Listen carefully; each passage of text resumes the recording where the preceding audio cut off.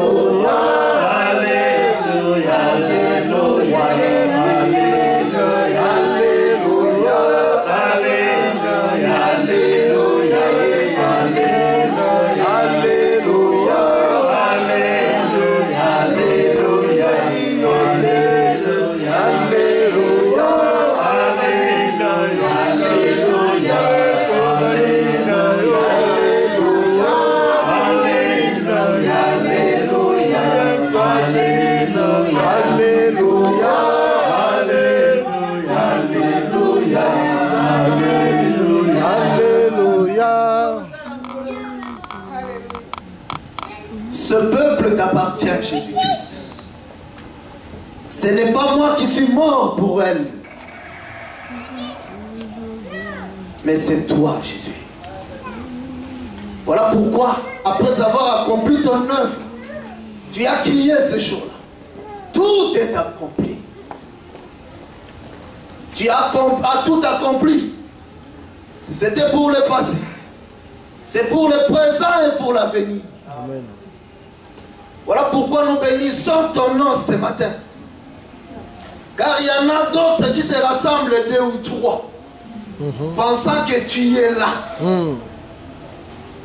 Mais ils ne comprennent pas ces choses.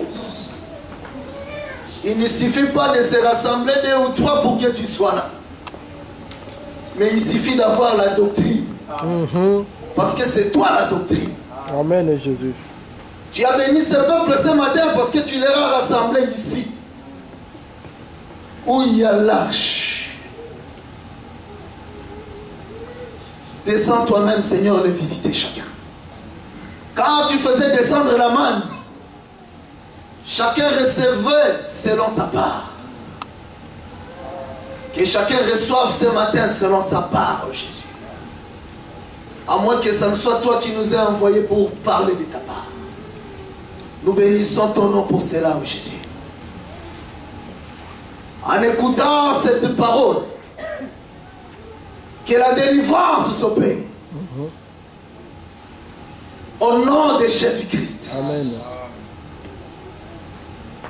En écoutant cet évangile, que la guérison s'opère. Parce que nous croyons que c'est maintenant que tu crées, Jésus. Amen. Tu as rassemblé cette terre pour pouvoir la créer. Nous te laissons la place pour maintenant créer. Au nom de Jésus-Christ. Amen. Amen. Que Dieu bénisse la présence de chacun. Amen. Et surtout la présence de notre bien-aimé Obed. Parce que nous avons un bien-aimé qui s'appelle Obed. Vous voyez comment Dieu fait les choses? Nous sommes en train de parler d'Obed. Que Obed vienne se révéler à nous. Et voilà qu'il nous envoie un Obed. Mais ce n'est pas de lui que nous parlons. Nous parlons du véritable Obed. Amen, amen. Qui est caché à la face du monde. Amen. Amen. La Bible déclare que mon peuple périt par manque de connaissances. Dieu n'a jamais dit que mon peuple périt à cause de ses faiblesses. Non. Non, non, non. Loin de là. Parce qu'il a su que nous sommes faibles. Voilà pourquoi il a fait le mouvement de quitter son trône, de descendre sur la terre pour nous apporter les secours. Parce que la grâce, c'est les secours qui nous apporte. Amen. On apporte les secours à celui qui est incapable. Par nos faiblesses, nous sommes incapables. Incapables de nous sauver par nous-mêmes. Voilà pourquoi il est venu. Amen. Amen. Et il dit que ce sont les malades qui ont besoin du médecin. Nous sommes malades ce matin. Voilà pourquoi les médecins viennent pour nous guérir. Amen, amen. Nous allons nous lever pour la lecture de la parole. Nous sommes toujours dans la continuité. Les mercredis, le Seigneur nous a visités puissamment. Nous avons vraiment volé. Comme il y avait que des gens dans la salle qui avaient de l'âge, alors nous nous sommes permis d'être vraiment des aigles. Nous étions restés vraiment dans les hauteurs. Nous allons alors lire notre passage de Samuel. 2 Samuel 6.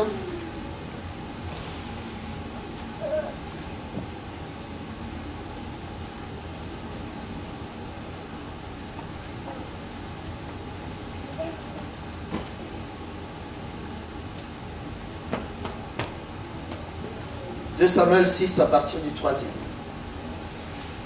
Ils mirent sur un char neuf l'arche de Dieu et l'emportèrent de la maison d'Abinadab sur la colline. Uza et Acho, fils d'Abinadab, conduisaient le char neuf. Ils l'emportèrent donc de la maison d'Abinadab sur la colline. Uza marchait à côté de l'arche de Dieu et Acho allait devant l'arche. David et toute la maison d'Israël jouaient devant l'Éternel de toutes sortes d'instruments, de bois, de cypres, des arbres, de luttes, de tambourins, des sistres et des cymbales. Lorsqu'ils furent arrivés à l'ère de Nacon, Uza étendit la main vers l'arche de Dieu et la saisit, parce que le bœuf la faisait pencher.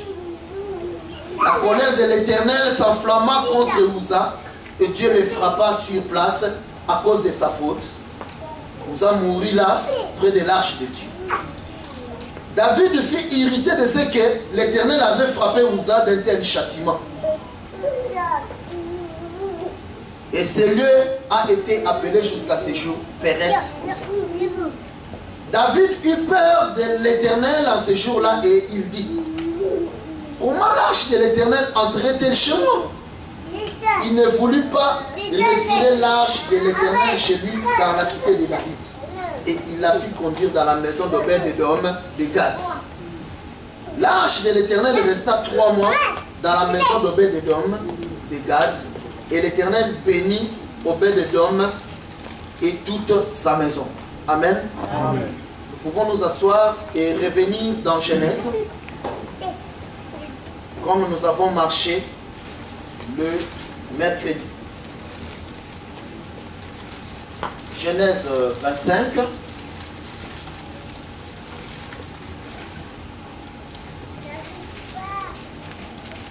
À partir du verset 20.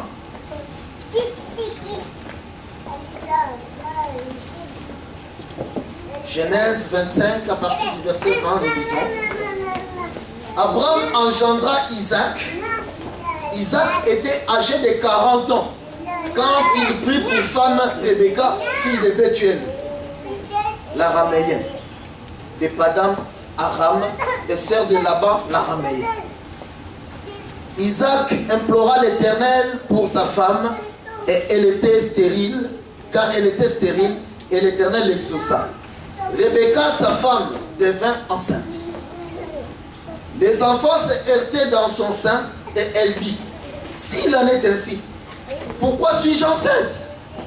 Il alla consulter l'Éternel.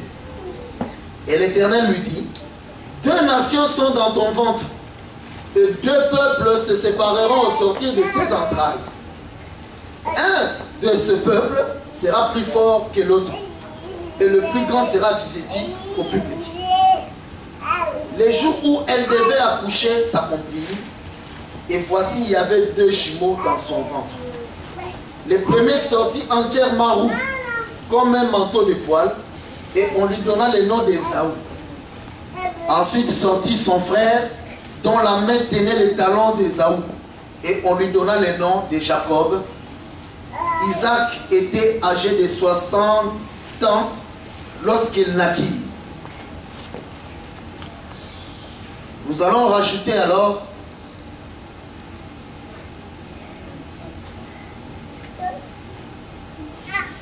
nous continuons. Ses enfants grandirent. Ésaü devint un habile chasseur, un homme de champ. Mais Jacob fit un homme tranquille qui restait sous les tentes. Isaac aimait Ésaü parce qu'il mangeait du gibier, et Rebecca aimait Jacob. Comme Jacob faisait cuire un potage, Ésaü revint des champs accablé de fatigue.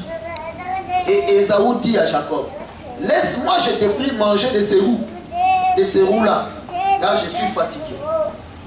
C'est pour cela qu'on a donné à Ésaü le nom d'Édom. Jacob dit: vends-moi aujourd'hui ton droit d'aînesse. Ésaü répondit: voici, je m'en vais mourir. À quoi me sert ce droit d'aînesse? Et Jacob dit: jure-le-moi d'abord. Et il le lui jura. Et il vendit son droit d'aînesse à Jacob.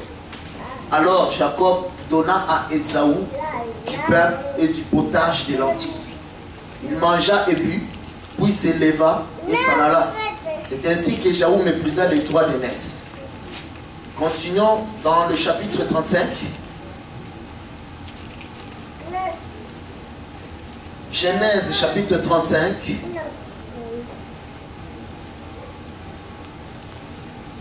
Au verset 28. Nous commençons au verset 27.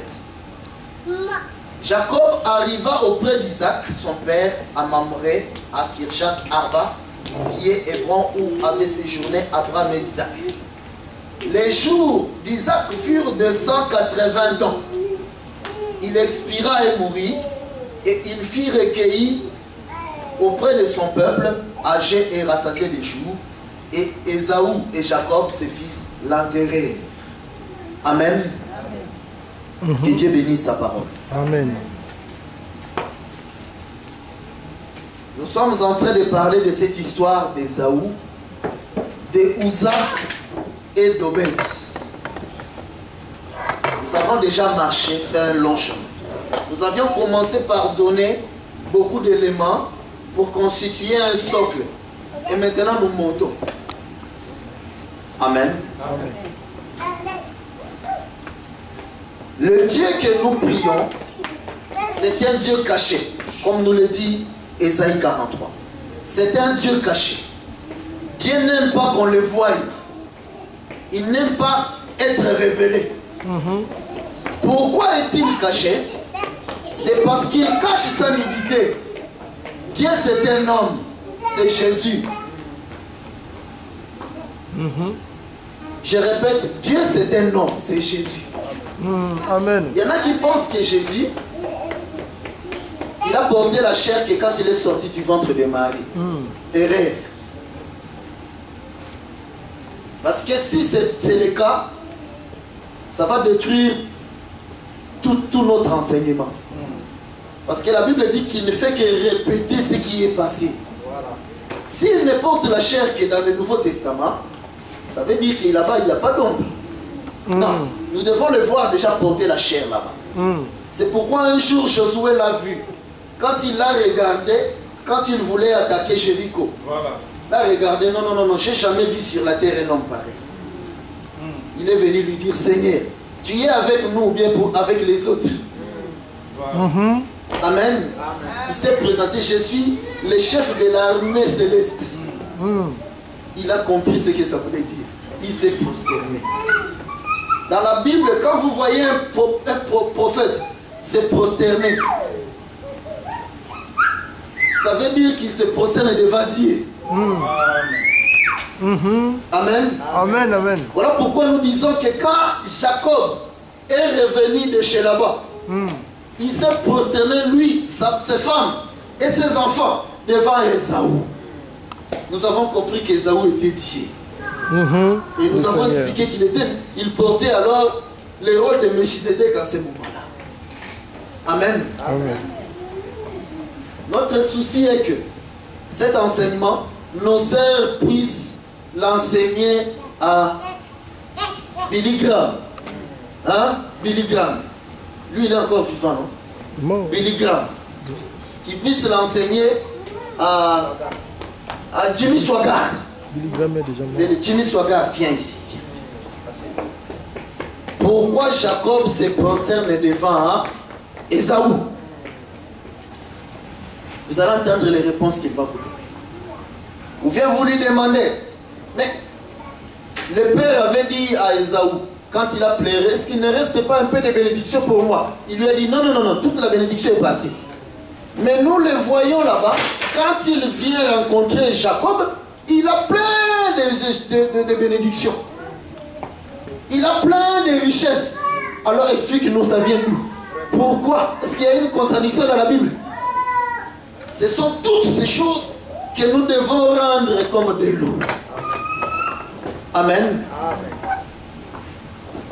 Voilà pourquoi nous marchons, nous avons dit que nous allons marcher lentement, doucement. Afin que nous soyons vraiment très bien fondés. Donc, dans la Bible, quand nous voyons un prophète se prosterner devant quelqu'un et que la personne ne lui dit pas non, lève-toi, c'est Dieu. Voilà. Vous comprenez? Amen. Mais quand vous voyez un prophète se prosterner et que l'autre lui dit non, lève-toi, donc ce n'est pas Dieu. C'est ça l'indice. C'est ça. Mhm. Parce qu'un ange de Dieu, qui n'est pas Dieu lui-même, l'ange de l'Éternel, ne peut pas recevoir, laisser qu'on l'adore. L'honneur. Amen. C'est pourquoi nous comprenons que Joseph aussi c'est Dieu lui-même. Parce qu'il a laissé l'adoration. Tout genou fléchissait quand il est passé. Or ici, toutes ces choses nous les disons pour l'adoration de Jésus. Amen. Nous allons le chercher dans tous les costumes dans lesquels il est caché pour pouvoir l'adorer. Amen. Amen. Voilà le pourquoi il se cache. C'est un homme. Et un homme, naturellement, ne peut pas se présenter sans habit devant tout le monde. La nature nous enseigne que ce sera une honte. On ira appeler les médecins, on dira qu'il a un problème dans la tête. Voilà le pourquoi de Dieu s'est caché. Jésus ne pouvait pas se manifester nu avant. Mais Jésus est nu aujourd'hui. Voilà pourquoi chaque écriture n'est que l'habit qu'il s'est vêtu hier. Voilà pourquoi nous retournons toujours là-bas. Quand nous le voyons porter un habit quelconque, nous venons enlever l'habit et nous le voyons tel qu'il est. Nous le détaillons. Voilà la démarche que nous faisons. Quand il porte le costume d'Ouza, nous partons, nous enlevons le costume. Le monde entier viendra voir Ouza. Ouza, il a commis l'erreur de se présenter à la place du sacrificateur alors qu'il n'en avait pas de droit. C'est pourquoi il a touché l'âge et il est mort. Pourquoi l'âge fait seulement les mouvements quand Ouza est là? C'est ça la question qu'il faut se poser d'abord. Pourquoi Dieu savait que non, le sacrificateur n'est pas là. Mais pourquoi il a fait le mouvement pour qu'on les touche? C'est d'abord ça. Amen. Amen. Et dans la marche, nous avons compris que Ouza était un sacrificateur. Amen. Voilà pourquoi il était. Mais maintenant, regardez. Israël était là en train de marcher. Parce que c'était dans la marche. Ouza, ce n'était pas n'importe qui. Ouza et son frère Acho, c'était d'abord les gardiens de l'Arche. Parce que l'Arche a séjourné dans leur maison, dans la maison d'Abinadab. L'Arche était là-bas. Amen. Amen. L'Arche était dans la maison de leur père. C'est-à-dire, et les garçons de cette maison-là, c'était les gardiens de l'Arche. Ils côtoyaient l'Arche. Voilà pourquoi quand ils sortent l'Arche, ils sont familiers à l'Arche. Laisse se placer devant et l'autre derrière. Parce que la maison d'Abinadab, c'est le jardin de Dieu.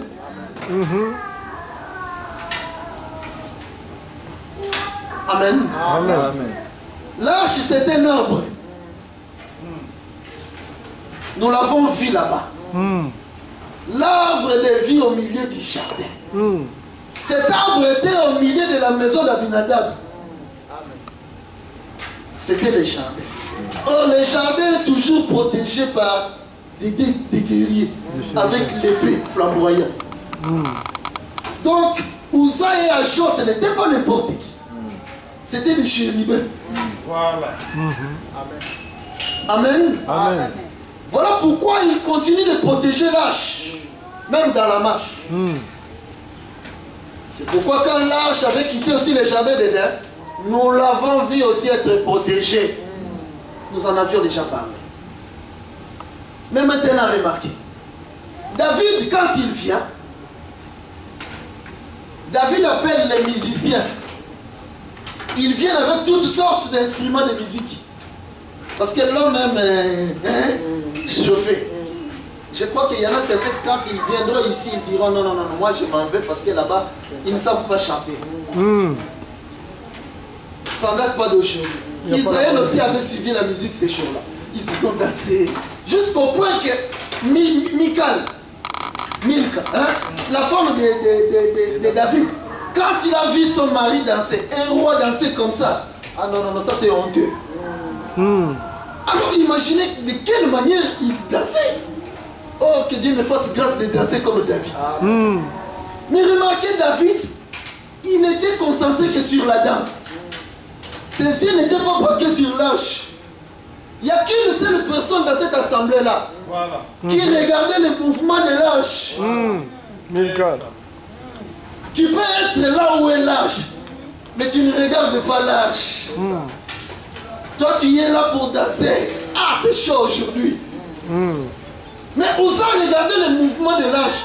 Voilà pourquoi il a vu l'arche bouger. Le soleil. Dieu lui a donné les yeux. Parce que les yeux qui voient et l'oreille qui entend, c'est lui qui les a créés l'un et l'autre. De toute cette assemblée-là, y compris David, y compris Israël, c'est Uza celle qui avait les yeux. Il voit le mouvement. Le mouvement de l'arche. Il faut faire attention quand l'arche se déplace. Il ne crie pas garde.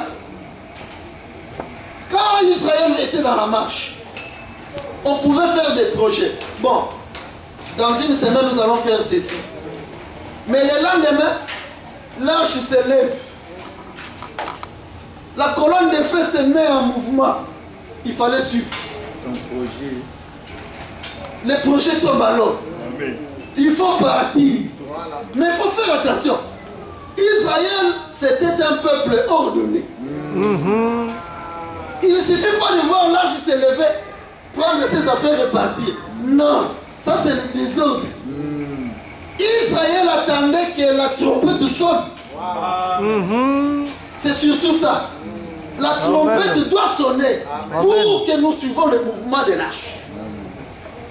Les sacrificateurs tonnaient la trompette. Le peuple se mettait en place. Parce que c'était d'abord le rassemblement. Ensuite, on sonnait la trompette pour marcher. Et tout cela sous la direction de Moïse. Et quand l'arche, la sonnette, la trompette sonne, le peuple se met en mouvement. Israël, tu étais libre de te dire que non.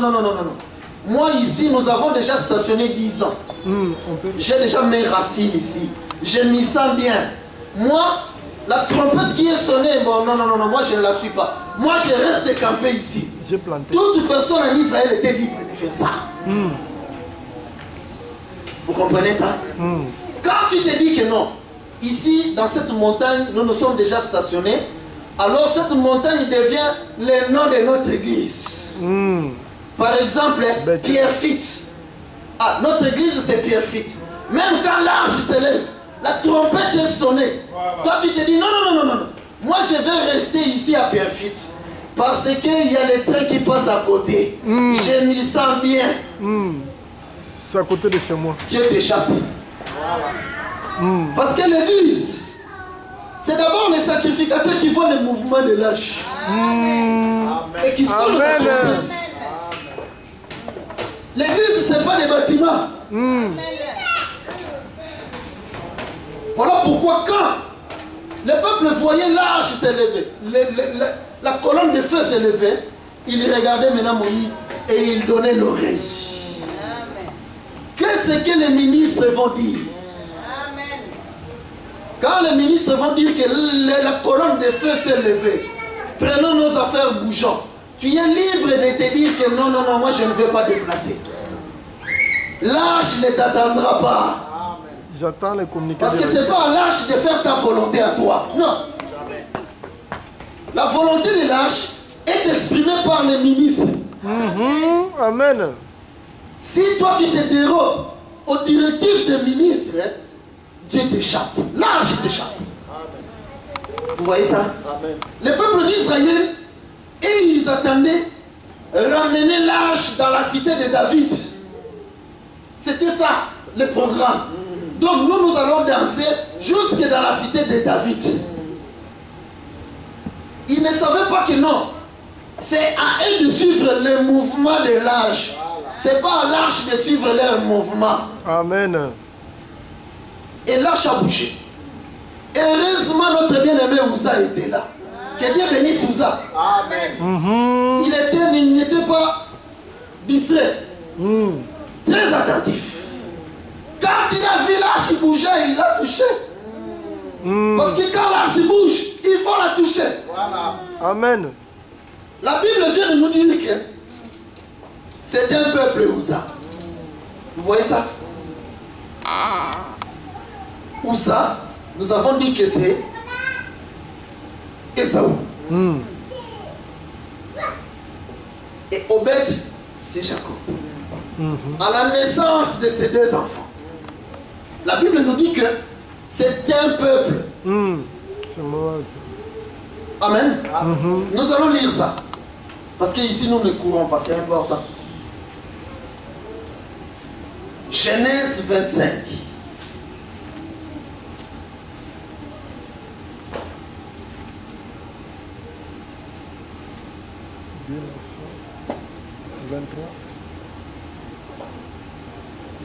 « 25-23. La Bible dit ceci. Et l'Éternel lui dit, des nations sont dans ton ventre, et deux peuples se sépareront au sortir de tes entrailles. Pourquoi nous avons dit que Uza, c'est Ésaü? Et pourquoi Obed, c'est Jacob?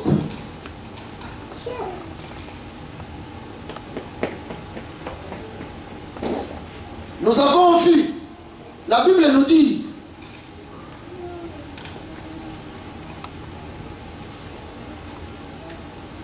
que Uza, c'était le premier-né. Pourquoi premier-né? Parce que le nom de Uza signifie force. Nous revenons toujours sur ça pour que ce soit comme de l'eau, des arachides à manger, pour nos serres. Le nom de Uza, c'est en hébreu. Ça signifie en français force. Nous sommes partis voir ce que c'est la force. Ça nous a amené dans Genèse 49, pardon. Dans la bénédiction de Jacob. Jacob, quand il appelle son fils premier-né, Ruben, la Bible nous dit qu'il dit que toi tu es ma force. Alors nous avons compris que Uza, c'est Ruben. C'était un premier-né. Or, le premier-né, nous le voyons aussi auprès de Ésaü et de Jacob là-bas. Comment nous y sommes allés? Nous avons pris maintenant Obed. Parce que quand Uza est mort, la bénédiction est entrée dans la maison d'Obed 3 jours. Amen. Alors nous sommes partis voir qui est maintenant Obed. Qui, après avoir touché l'âge, la bénédiction se détourne de la cité de David pour entrer dans sa maison. La Bible nous dit que Obed signifie serviteur. En hébreu, c'est Obed ou bien Ebed. Ça signifie serviteur, tout simplement. Or, il s'appelle Obed Edom. Nous sommes partis voir Edom. Edom signifie tout simplement rouge.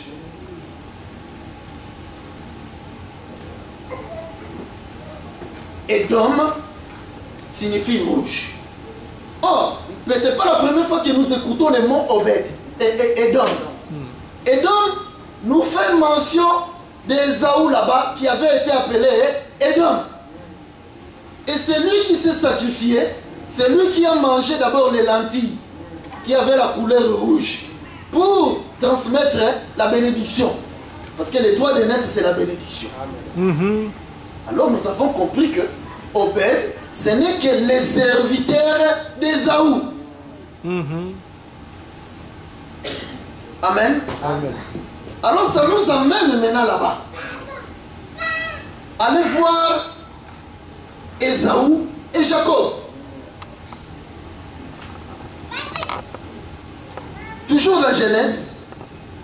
Nous allons donner l'écriture, c'est mieux.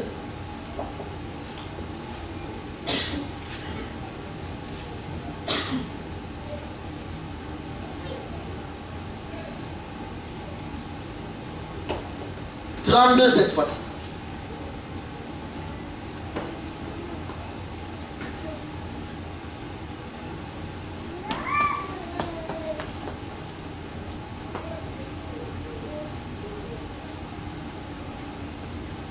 Genèse chapitre 32 au verset 13.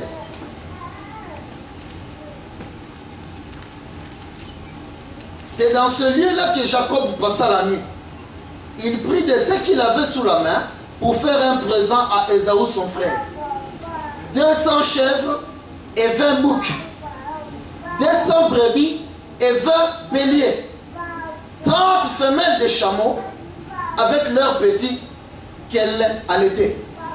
40 vaches et 10 taureaux, 20 ânesses et 10 ânes par troupeau séparément. Et il dit à ses serviteurs, passez devant moi et mettez un intervalle entre chaque troupeau.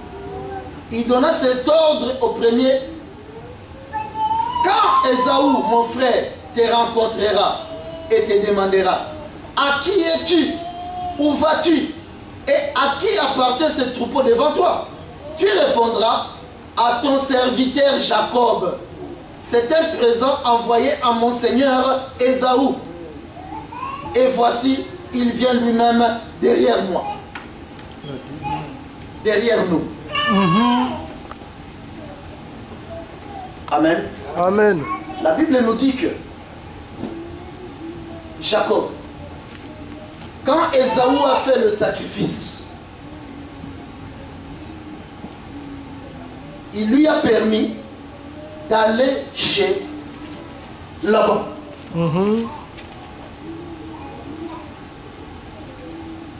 Et chez Laban là-bas, Jacob s'est révélé. Lui qui était parti seul. Mais le voilà maintenant qui revient, qui ne revient pas seul. Chez Laban, où il a trouvé les femmes et les enfants, c'est la terre. Amen. Amen. Quand Israël sont partis en Égypte, c'est en Égypte qu'ils se sont multipliés. Et après maintenant, ils ont fait le chemin de retour. Voilà. Pour retourner à Canaan.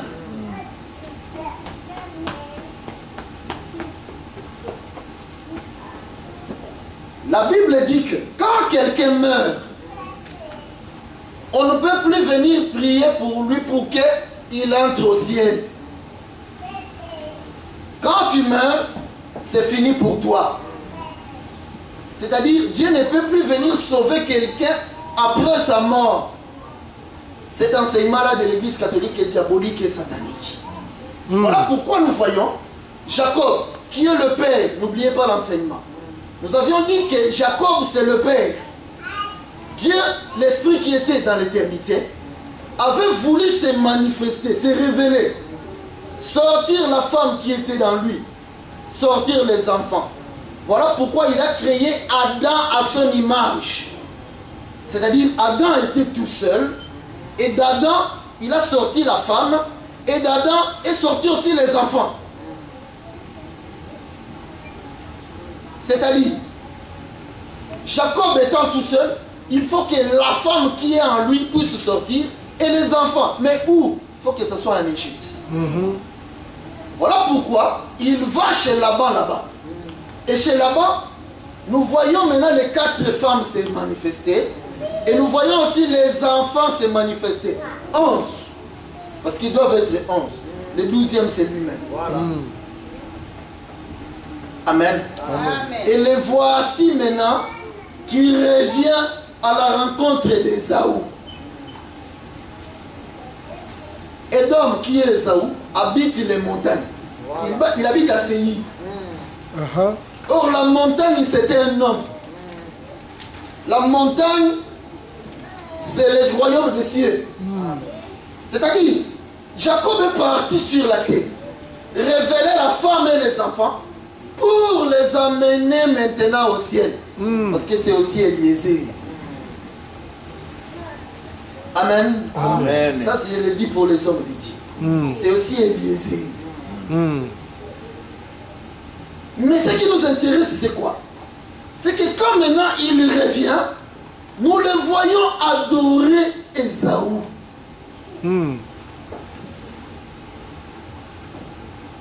Ésaü aurait pu dire non, non, non, non, non, ne m'adore pas. Il n'a pas dit ça. Il a laissé les enfants, les femmes, et Jacob l'adorait. Et Jacob dira que c'est comme si je vis la face de Dieu. Mon Seigneur. Mon Seigneur. C'est-à-dire que c'est Dieu lui-même, Ésaü, qui est venu à la rencontre de Jacob. Amen. Mais dans quel costume, comme nous avons dit, parce que nous faisons la récapitulation. Voilà.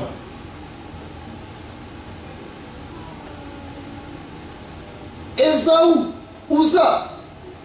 Nous avons dit que Uza, son père était de la tribu de Juda. Ce n'était pas n'importe qui. Donc l'arche venait de la tribu de Juda là-bas.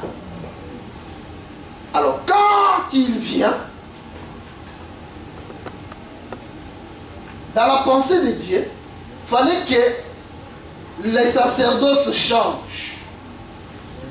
C'est-à-dire, les sacerdoces lévitiques étaient incapables de faire rentrer la bénédiction dans la maison d'Obed. Voilà. C'est pourquoi il fallait maintenant changer les sacerdoces. Voilà le pourquoi d'Obed, de Uza, de se retrouver là comme sacrificateur. Parce qu'il n'y a qu'un sacrificateur qui peut toucher l'arche. Si vous rencontrez Béni In, il faut lui dire que Uza c'était un sacrificateur. Ce n'est pas par hasard qu'il s'est retrouvé devant l'arche.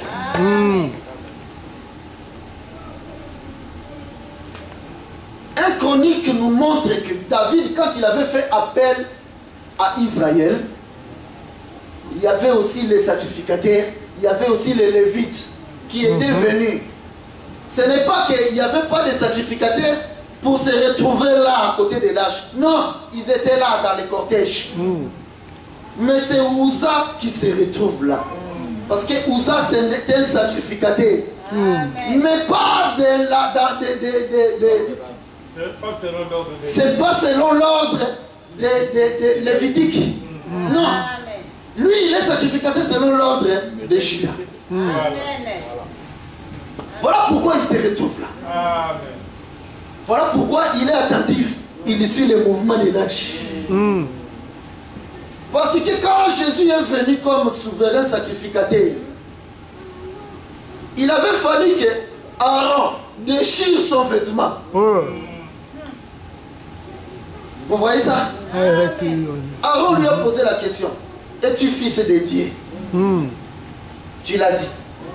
C'est-à-dire c'est sorti de ta propre bouche. Depuis que je suis né, je n'ai jamais vu quelqu'un blasphémer comme ça. Il a déchiré les sacerdoces lévitiques. Parce qu'il avait déchiré son vêtement ces jours. Celui qui nous parlait comme ça, c'était Uza. C'est-à-dire, il lui disait que toi, tu n'as pas à être là parce que l'arche va bouger. Il n'y a que lui qui savait que l'arche doit bouger. Il va faire le mouvement, ouais. Mais Aaron qui était là ne savait pas. Tout ce qui lui importait, c'est de danser. Mais lui, il avait les yeux. C'est-à-dire, Uza, c'est Jésus-Christ lui-même. Mais qui vient dans un autre sacerdoce, selon l'ordre de Melchizedek. Amen. Voilà pourquoi,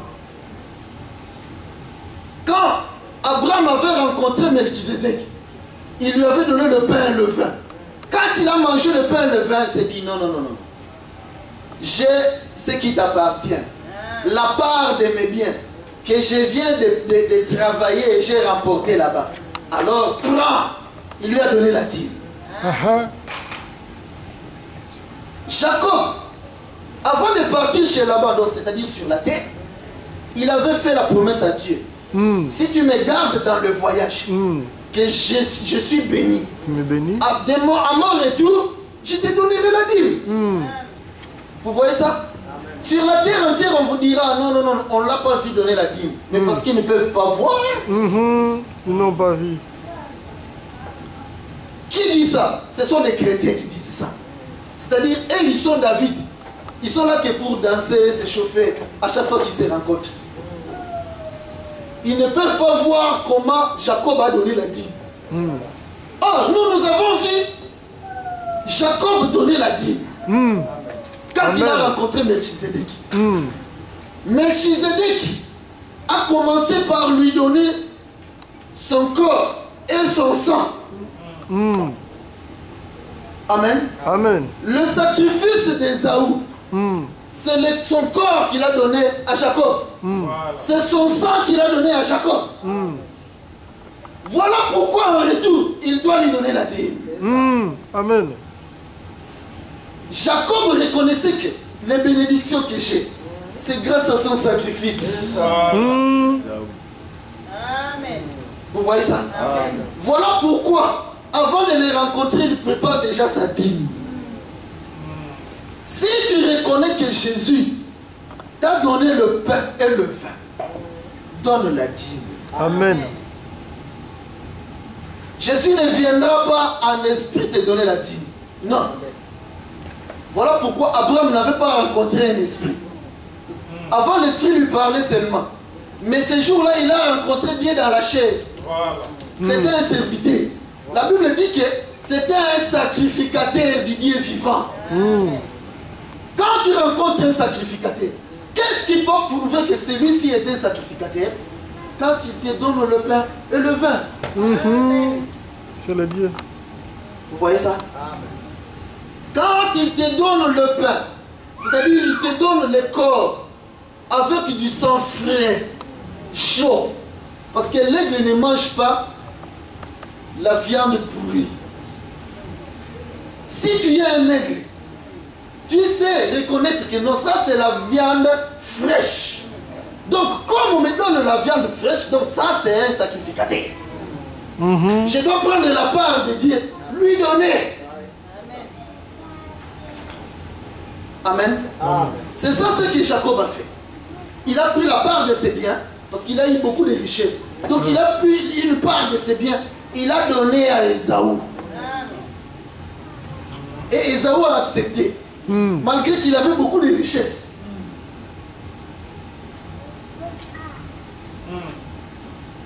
Il a dit, mais moi je suis riche. Comment? Garde ça. Jacob lui dit, mais attends, j'ai fait une promesse. Je dois tenir mes engagements. Tu dois prendre. Tu le prendras toujours.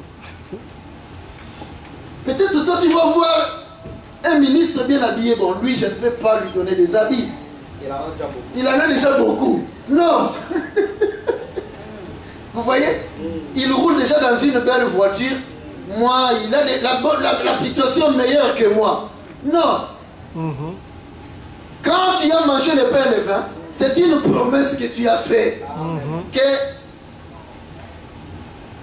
C'est-à-dire que c'est une dette. Dieu s'était donné.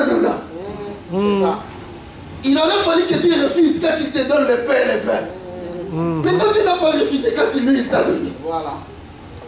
Mais maintenant à ton tour de lui donner, tu commences à dire non, Dieu a déjà beaucoup. Non. Jacob connaissait l'enseignement. Non, toi tu es Melchizedek. Tu n'es pas ici comme mon frère simple. Non. Même si tu es mon mari,